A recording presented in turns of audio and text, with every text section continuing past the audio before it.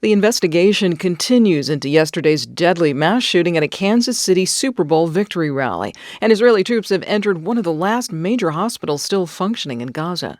Good morning. I'm Corva Coleman from NPR News, and here are today's top stories. Kansas City authorities say one woman was killed and 21 other people were shot during a celebration yesterday for the Super Bowl winning Kansas City Chiefs.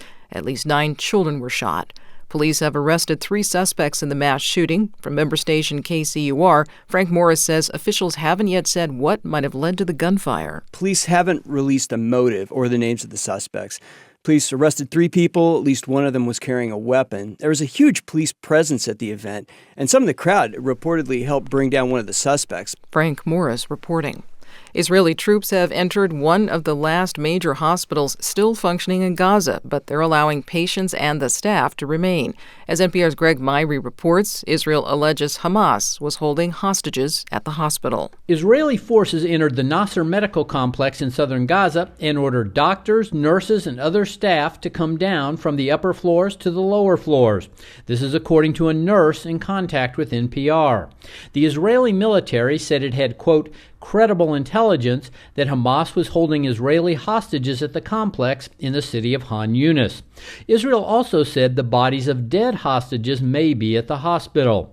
This comes a day after Israel ordered thousands of civilians taking shelter on the hospital grounds to leave. Israel's offensive has led to the shutdown of virtually every major medical facility in Gaza. Greg Myrie, NPR News, Tel Aviv. A Georgia judge will consider today whether to disqualify the Fulton County District Attorney from prosecuting the state election interference case against former President Donald Trump and 14 others. From member station WABE in Atlanta, Sam Greenglass reports several defendants are accusing DA Fani Willis of a conflict of interest given her relationship with the special prosecutor whom she hired for the case. More than half of the defendants, including Trump, say Willis's relationship with Special Prosecutor Nathan Wade tainted the case against them. They argue the 2 prosecutors are enriching themselves the longer the case drags on, while the prosecutors insist they have no financial interest in the outcome. Willis and Wade could be forced to testify in open court, and Judge Scott McAfee has said it's possible the allegations could result in disqualification.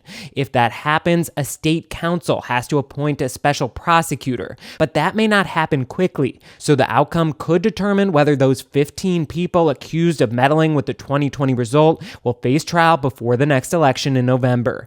For NPR News, I'm Sam Greenglass in Atlanta. Donald Trump is scheduled to appear in a New York City criminal courtroom today.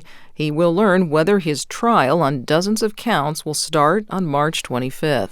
Trump is accused of falsifying business records to conceal an affair. He has pleaded not guilty to the allegations.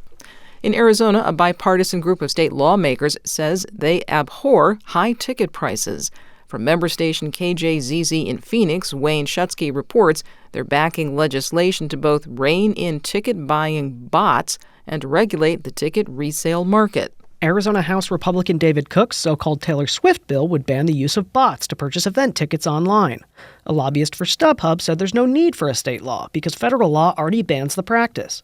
But critics like Cook say the federal ban is ineffective. Congress in Washington, D.C. likes to talk about things like they're actually doing something, but they don't. So Arizona is going to step up and protect consumers today.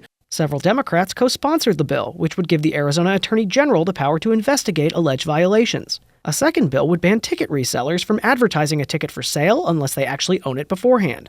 Washington, Texas, and Michigan have passed similar restrictions in recent years. For NPR News, I'm Wayne Schutsky in Phoenix. I'm Corva Coleman, NPR News.